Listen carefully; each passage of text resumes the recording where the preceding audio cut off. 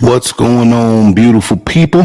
Thank you guys so much for joining me on a Monday for a continued conversation in the J4 conversation space, a place where we talk about father themes, raising beautiful children, whether they be the products of monoracial parent relationships or interracial relationships producing beautiful biracial children. If you guys are new to the channel, thank you guys so much. Welcome, welcome, welcome. This channel is from dad's perspectives, talking to parents, whether they be single parents, two-parent homes, whatever the case may be, looking for a sounding board in this space of raising children with a particular emphasis on sons and even more an emphasis on black sons and biracial sons. So thank you guys. I've been gone a couple of days. I was traveling, speaking at Texas A&M Kingsville, talking to their freshman class about how to be successful in colegio, how to handle and manage the college space. So just got back a couple of days ago. And so glad to be back here on the show here with you all. For returning visitors, welcome, welcome, welcome. So good to see you guys. Thank you all for continuing to support the page. As you know, we're themed raising black and biracial. I'm a biracial kid myself, born 1968 to a European French mother and a Creole black father out of New Orleans and by way of Gary, Indiana. And so I certainly understand biracial existence, at least generationally, from my perspective, having been on the world about 2 generations, but also acknowledge the fact that biracial mixed race dynamics are changing in the modern era. There's more of them. More interracial couples means you're going to produce more of them. But the question now is, how do we raise them? Is there a particular focus? Is there a particular way of parenting or things we should be mindful of? There's plenty of academic space in black male identity development, in cultural identity development, but there's very limited or a burgeoning new phenomena where you're extrapolating biracial data out of predominant black data sets or unique configurations of interracial marriages and the children they produce, is beginning to extrapolate that out of a monoracial conversation because it's important to understand if there are distinct uniqueness to being biracial in a modern era, and how does that differ from monoracial child rearing? In what ways does it overlap, and in what ways do one parent of one culture married to another parent of a different culture, what do they need to be mindful of when they're trying to produce healthy, grounded, solid, independent children? Thank you guys so much for joining me. Mulatto, what's good, brother? Good to see you all. Shout out to Mulatto Vanguard. He is taking the mantle and going a little bit deeper in a session we did called, I think it was Are Biracial People Still Black? Something along those lines. And out of that, I kind of created something called the 9 criteria of where it would even make sense for my own musings if a biracial were to come its own cultural category, its own kind of distinction. And Mulatto over on his channel is exploring those 9 categories. And it's fun to watch, to see someone have some interest in what you put out into the world, out into the sphere, you know, what your musings and thinkings are, and then to add their own framework and process on that. So y'all check out his page, check him out. He is a pro biracial, which is unique to me. As I talked about before, this is a new phenomena. And when I was coming up, and perhaps people in my age set have a different narrative, I'd love to know that. But, you know, you didn't pathway into a biracialness, at least I didn't, from the West Coast perspective, in part because the numbers just didn't warrant it. Those who had a particular biracial configuration were typically the products in my space of black GIs married to French, European, German, Korean women. And we had a little circle of, you know, light-skinned, curly-haired kids, but certainly not enough beyond our own playful banter and interaction, particularly in school settings in the public sphere, to have an option of a biracial culture. So the fact that those questions are being raised right now is highly interesting to me. Certainly it's something I'm not familiar with my life lived. You know, I am biracial by birth, but culturally I pathwayed black and would be considered black identifying. But I have to yield to the reality that the numbers are just warranting some question, some reflection that as young kids who are biracial, mixed race, whatever the particular heritage configuration is, as they go out into the world, they're experiencing identity dynamics in different ways. In some cases, they may experience embrace or resistance from one community. They may experience embrace or resistance from another community. And back in my day, we didn't have a third option. Either we isolated, kind of just, chose to be sort of ambiguous in terms of a racial, cultural identity, or we kept pushing towards blackness. I discovered very, very young, and this is important, if some folks are listening in that are currently in interracial marriages, or perhaps more succinctly have biracial children, I didn't find a pathway into whiteness. No matter what I did, I couldn't change my phenotype. I couldn't change what represented a blackness in me at that point. It was largely my hair, although I'm balding now. But at that point, I just could never get over in-group, out-group nuance that I experienced in white circles. But in black circles, I always found that there was a pathway. But I imagine if I had experienced enough resistance from, a peer group that was black, that I would feel some kind of way about that. And if there were an alternative, I might explore that. I'm discovering in these YouTube streets, y'all, and y'all let me know if you agree or disagree with this, but there's this conversation going around largely rooted in colorism, where you have young monoracial black folks who are, sort of challenging biracial kids, saying they're not black. And, the biracial kids are having to deal with that in some way. And then you have a new voice. I don't know if it's a reactionary voice or just the sign of the times, because the numbers are of such, where they're actually claiming a biracialness, a mulatto-ness, a multi-generationally mixed dynamic, which as far as I can tell, they're essentially saying, I'm going to honor both love sources in my parents through my own cultural identity in ways that, quite frankly, my generation didn't. We, as I've talked about before, perhaps from a space of cowardice or just youthful trying to manage and figure out life, we tended to silence our white side. In the case of myself, silence our white mothers, our white voices, and to the uplift, or at least publicly, outwardly, to the uplift of black male figures, parents and fathers. And so that is kind of the dynamic that I grew up in. And then when I discovered this nuance in YouTube, it's just fascinating to me. And so this is a part of a conversation of exploring that. Initially, we were focusing on raising sort of black sons, but as more and more research occurs and I'm looking at data and details, I'm saying, hey, there's a new biracial space, because this is the reality, y'all. This is the reality. Oh, we got a new person in here. Oh, man. School of Thought, edu.com. How are you? White divorced woman here with one child and 2 steps, all 3 married, dating white, Oregon, USA. Okay. All right. So white divorced woman here with 1 child and 2 step, all 3 dating white. I'm assuming, are your children biracial? I'm assuming, because you're here. Welcome. Glad to have you here. Would like to know if you have any specific questions related to raising them babies, if they're of still rearing age and know they're married, so, or just about the dynamics around biracial living, up raising, and those kind of things. Would love to get you in here. Dr. Wentz in the house. Good to see you, Dr. Wentz. Powerful AJ, no pathways to whiteness. Yeah.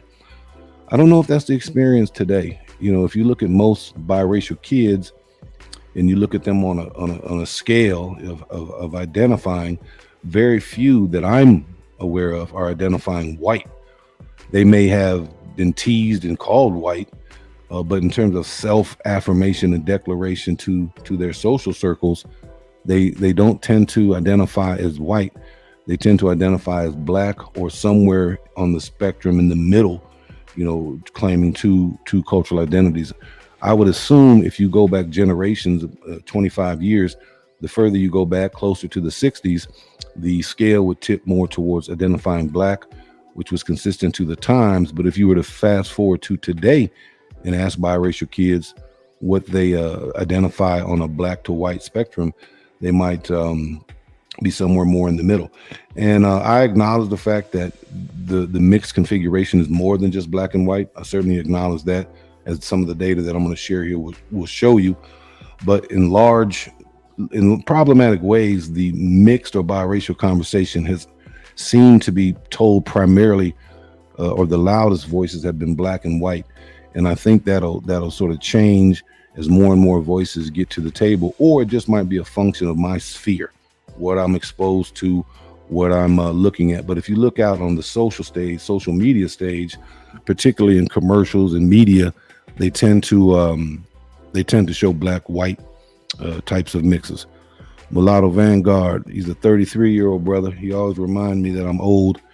His word for that is generational nuance. I appreciate that, brother. All right. So today I just want to talk about the fact that we need to have this conversation, because more and more people in the modern era, 20th century, 2022, are marrying in interracial kinds of statuses. And when you do that, beautiful, love who you want to love, but you also then introduce this undeniable reality, this undeniable fact in ways that are we need to be intentional about as parents who are then responsible for raising what we produce. You have a situation where you have a monoracial person, two monoracial people who are coming together in love and preparation and intentionality in terms of developing a life together, and then making the grandest human decision that one can make is that to produce a life, to bring into this world a baby that then as parents we have the responsibility to nurture, to guide, to raise, to educate, to teach, to ensure that they have what they need, and that they are sort of coming of age in healthy, grounded ways consistent with the age set, and that they are going forward and becoming, healthy, contributing, grounded adults. Now, most people parent the way they were parented. And a lot of times, especially prior to the modern era or postmodern era that's coming up, they were raised in monoracial kinds of spaces. And so their acculturation to the world was largely from their framework. The most popular marriage, at least in black and white spaces, are black men and white women. So if you take that as an example, you have white women who were largely acculturated in whiteness. And then they're marrying black men who were largely acculturated in blackness. And so they have this unique mono understanding with some degree of reflection and foresight and thought, but it reflects their particular cultural experience. But yet they're producing a child who does not have a monoracial experience, or will not have going forward. They'll have a duality to them, or in some instances, a multiplicity, multi-generational mixed nuance to them. And they are navigating through a world in such a way that the parents don't directly understand. They can make inference, they can pull from their own life lived, they can look at the semantics, the issues, the details that are in front of them, that their beautiful seed is presenting to them. But from a cultural lens, being half this, half that, some acceptance level here, some non-acceptance level here, and they then have to deal with that, right? And how one sees themselves as a child is directly tied into their own self-esteem. Self-esteem is directly tied into confidence. Confidence is directly tied into how you manage an adult life. And so it is critical that we parents, I have 6 kids, it's critical that we as parents get the esteem game right, that we teach them how to be very proud of themselves. We expose them to opportunities for social interaction, to understand belonging, to understand group dynamics, to see how they fare and how they rate, because that's critically important for their sense of esteem, their sense of self, and ultimately their self of confidence. Monoracial cultural communities may take this for granted because whatever youthful dynamics that are at play aren't typically racialized, because the group has a certain kind of homogeneity to it, a certain kind of sameness to it. But when you introduce a biracial life that then is largely moving through monoracial experiences, if that's the case, well, they have that dynamic that you all never experienced as monoracial kinds of folks. So let me pause there before we just talk about the growing percentage, since the Loving case versus Virginia in 1950. The numbers have just sort of skyrocketed, y'all, which means more and more mixed and biracial kids are going to be produced, which means there needs to be more study, more research, and more intentionality on the part of interracial parents in how they're raising these beautiful seeds. All right, let's get to the comment section, and then we'll get to the data. All right. School of thought mix, yes, black, white, all grown, doing good. Beautiful, beautiful. Did you, school of thought, did you have any, what was your strategy, successes, or challenges when you were raising those beautiful babies back in your day? All right. That would be helpful. One thing I like is for parents to share tips on strategies and things that work successfully for them. Light skin carried privilege for my kids. They were aware as their peers let them know they both identify as black. All right. Thought no, sorry for the typo. Light skin carried privilege for my kids. Okay. Light skins carried privilege for my kids. They were aware as their peers let them know they both identify as black. All right. So Dr. Wynn is talking about light skin carried privilege for my kids. Those are fighting words for some folks, Dr. Wynn. Yes. Even take it out of melanin content or the lack of melanin content. The fact that in a highly racialized America, since its inception in many instances, in the way you look at racial hierarchy in its problematic kind of forms, at least in the American context, whiteness holds a certain kind of premium in a problematic way. And shout out to all the people who are fighting against that directly with their work, with their activism, with their challenging of racist ideology, politics, legislation, incidents, whatever the case may be. We need to eliminate human hierarchy. We need to eliminate human hierarchy in such ways that plays itself problematically out in the across a number of sectors and variables. We need to eliminate human hierarchy. However, in this current moment, light skin does bring favor in some instances for a host of different reasons, and perhaps we can get into that should further questions come up. My son was in the late 20s, started identifying as black in the late 20s. Okay, well, yes, the hair, but light skin, with a good friend of his said, "You're not black, you're white." Yeah. Right. Just that saying, and I don't know if there was fire behind that or if there was insult or playful banter, but that is something a black person, sometimes black folks get accused of acting white, but that's something a white parent probably never had to deal with, And to what extent, and especially at what age the biracial kid heard that or experienced that, how much that stung them, right? How much that stings them in terms of their memory formation and their identity formation, right? To be said, you're not black, you're white. And then all the implications tied into that when it comes to knowing, one of your parents is black and the other parent is white, that can play itself highly problematic. How do you deal with that? Right? School of thought, how did you deal with that, right? These are questions that parents, interracial marriage parents producing biracial kids, you got to think about in advance. You want to have these conversations with your mate well before pregnancy, I would think, acknowledging that your son and or daughter is going to have wonderful opportunities. You all are going to care for them and nurture them as all parents will and should, assuming functionality. But there's going to be questions that'll pop up that you just didn't anticipate, nor do you have a memory of your own to pull from to talk about how to cope or to manage that particular situation. All right.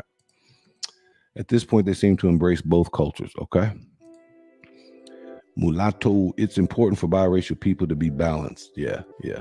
Absolutely. Okay. All right. So let's get to the data. So the first question is, since 1967, a steady rise in intermarriage in the U.S. has occurred. 1967 is a part of the decade that I consider the dividing decade between pre-modern biracial and post-modern biracial. Prior to 1960, if the kid was biracial, one would think that would largely, percentage-wise, be a white father. Post-1960s going forward, that would be a father of color, and increasingly so a black father married to white women. The data set will actually show otherwise, though, and we'll talk more about that. His brother did his best when my son asked, "What am I?" meaning color, and his older brother answered, "You're golden."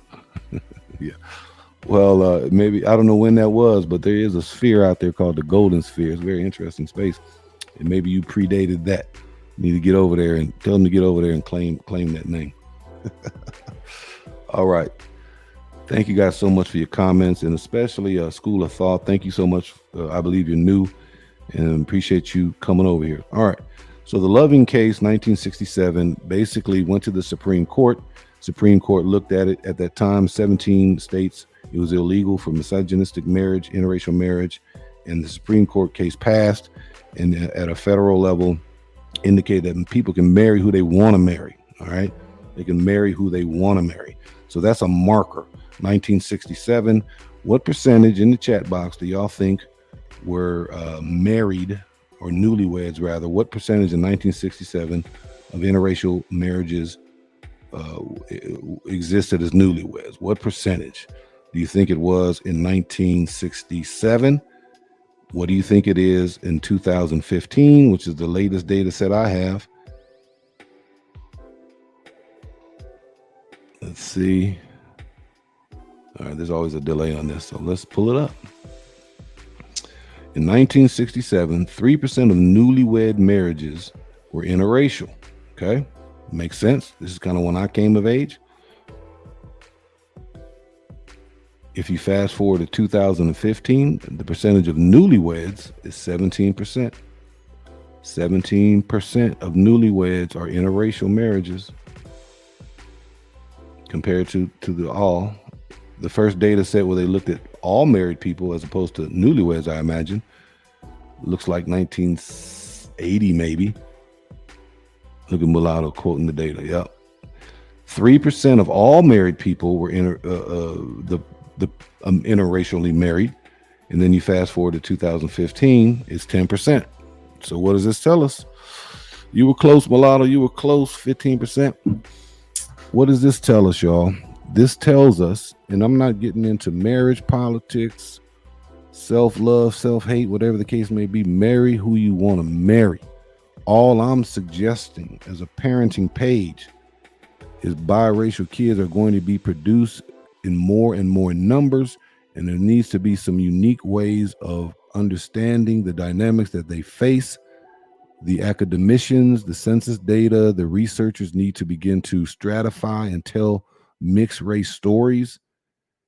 And parents, we need to gather as much information as we can when we are raising a child that does not share our same cultural makeup, and they're moving through a modern time. All right.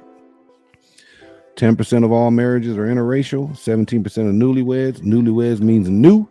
That means the 10% number is going to increase. It's going to increase. It's going to increase. All right. So now in this is from the Pew Research. The link, if you want to study it more, is in the description there. You can check it out. All right. Let me know if you guys have any questions.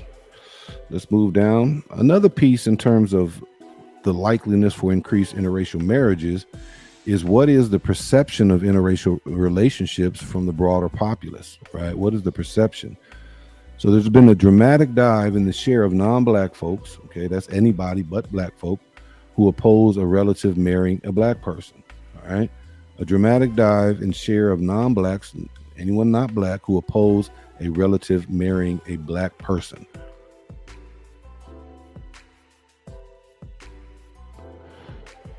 So it was 63% in 1990. Wow, that's surprising. 1990, it was still frowned upon.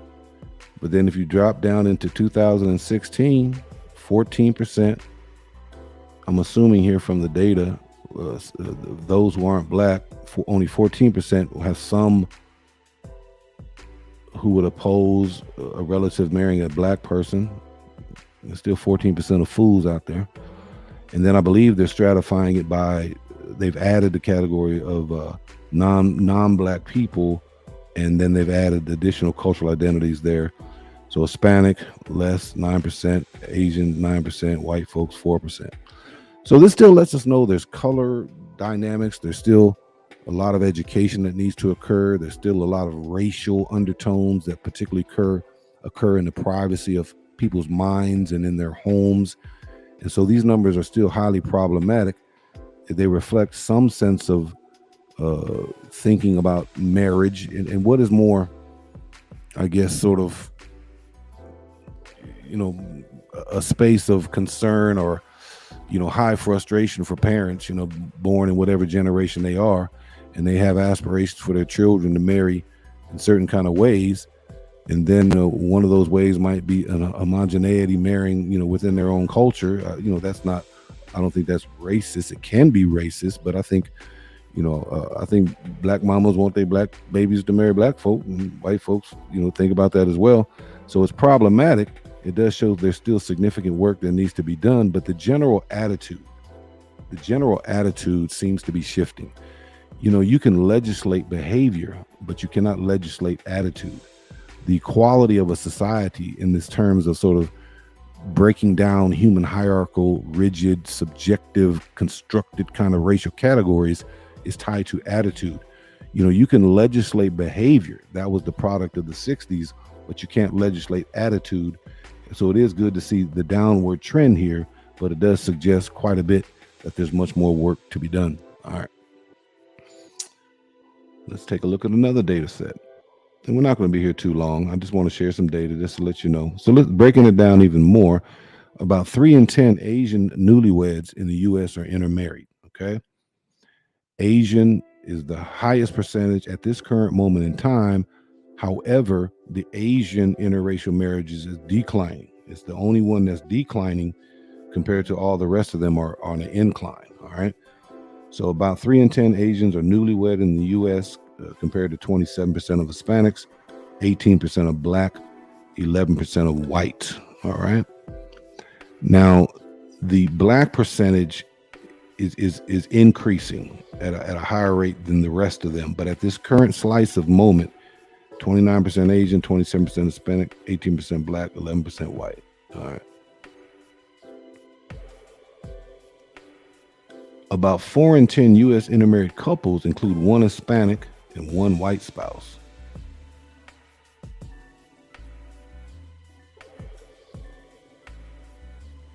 Hope y'all like the music.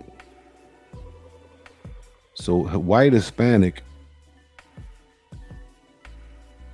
about 4 in 10 U.S. intermarried couples. So of those who are intermarried, about 4 in 10 are Hispanic and white. Interesting. Newlywed Black men are twice as likely as newlywed Black women to be intermarried. Okay, that's fire for somewhere else, not here. There's a parenting page. And they talk about an educational gap. While the rate of intermarriage did not differ significantly by educational attainment in the 80s, today there's a modest gap. In 2015, 14% of newlyweds with high school diploma or less were married to someone of a different race. In contrast, 18% of those with some college experience and 19% of those with a bachelor's degree are more intermarried. Yeah, so this is that's interesting. I would have always thought that educational level had some correlation to interracial marriage, but apparently in the 80s it didn't. In 2015, 14% of newlyweds had a high school diploma or less, but then in contrast, 18 to 19% had a bachelor's degree or more. Yeah, I think there's a correlation between education and one's worldview, how they see culture and diversity and equity and inclusion. I think there's a correlation there. I also think there's a proximity. College, since its diversification largely after the Higher Education Act of the 60s, put communities together in closer proximity to each other than historically have been done. And so naturally, when you bring new communities of people together in significant mass, they begin to explore each other. So I can see that number even going up because college is tends to be liberal spaces, and there tends to be more interaction, more intentionality.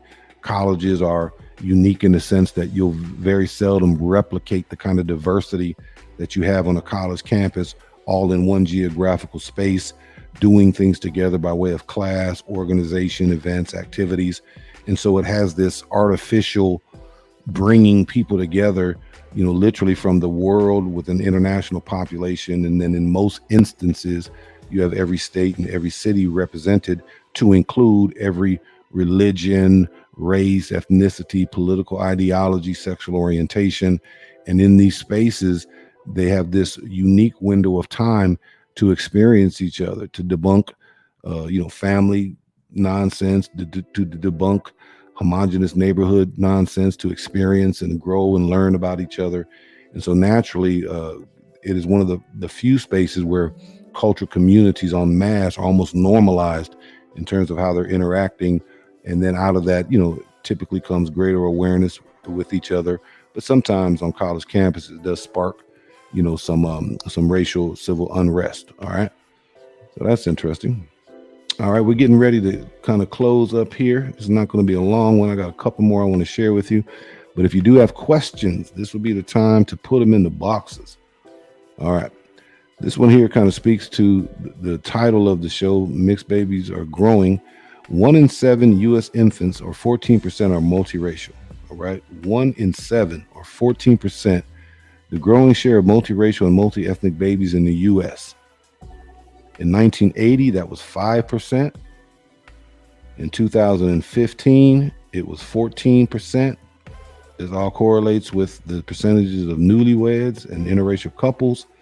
And then the breakdown of the multiracial babies, 42% are white and Hispanic, 22% are multi-generationally mixed, meaning both one or two of their parents were biracial themselves, white and Asian at 14%, 10% white and black. And then you can see the smaller configuration, typically of two people who are non-white sharing the same space. Interracially married. Okay. And then lastly, Honolulu has the highest share of intermarried newlyweds of the major metropolitan area, but interracial marriages does play itself out in unique ways across the United States of America. You can tell by the color configuration, 10% or less is that color, all the way up to the darker color, 25% or more, meaning this map represents where interracial marriages are occurring and to the percentage of the marriages in that state are interracial. So if you're in Arizona, Southern California, Southern Nevada, what I think this is Colorado, that's where the hub is. And so I'm kind of using a little bit of, sort of humor here. But one thing about raising biracial kids is, where do you raise them? Where do you raise them? And do you want to raise them in spaces where they'll be able to experience, engage, interact with other biracial kids or other kids who share a similar duality or mixed heritage that they have? I don't know if that's the top of your list, but if that is something important, it's important for all parents to raise children around folks who look like them and have similarities in backgrounds and interests. And if you are at the level of wanting to expose your babies to concentrated areas where you have a lot of biracial kids or mixed race kids, data is suggesting and showing us that. All right. So just wanted to kind of come on and underscore the fact that more and more biracial kids are being born, mixed race kids are being born. And so therefore there needs to be sort of higher intentionality. Hopefully you're a part of community groups, or you're researching, you're doing some studying. I'm talking about interracial couples, and you're the bulk of how you raise them will be just good parenting strategies, but there is some nuance and uniqueness to the biraciality of your child that you want to be accounting for. And there's some data out there, there's some strategies, there's definitely a lot of pages and YouTube conversations that are going on. And I kind of want to be a space that's a sounding board. We don't confess expertise over here, to simply life lived. We've raised boys. I work in a male development space, particularly college athletics. And if we could be a sounding board to younger parents who are raising beautiful children, whether black or interracial or children in general, then hey, I'd love to to see what's on your mind, to see what's on your spirit and what's on your heart. It's been truly a good conversation. I just wanted to kind of come in and chop. If you're interested in the subject matter, consider joining J4 Conversations via a subscribe, and check out the video up here.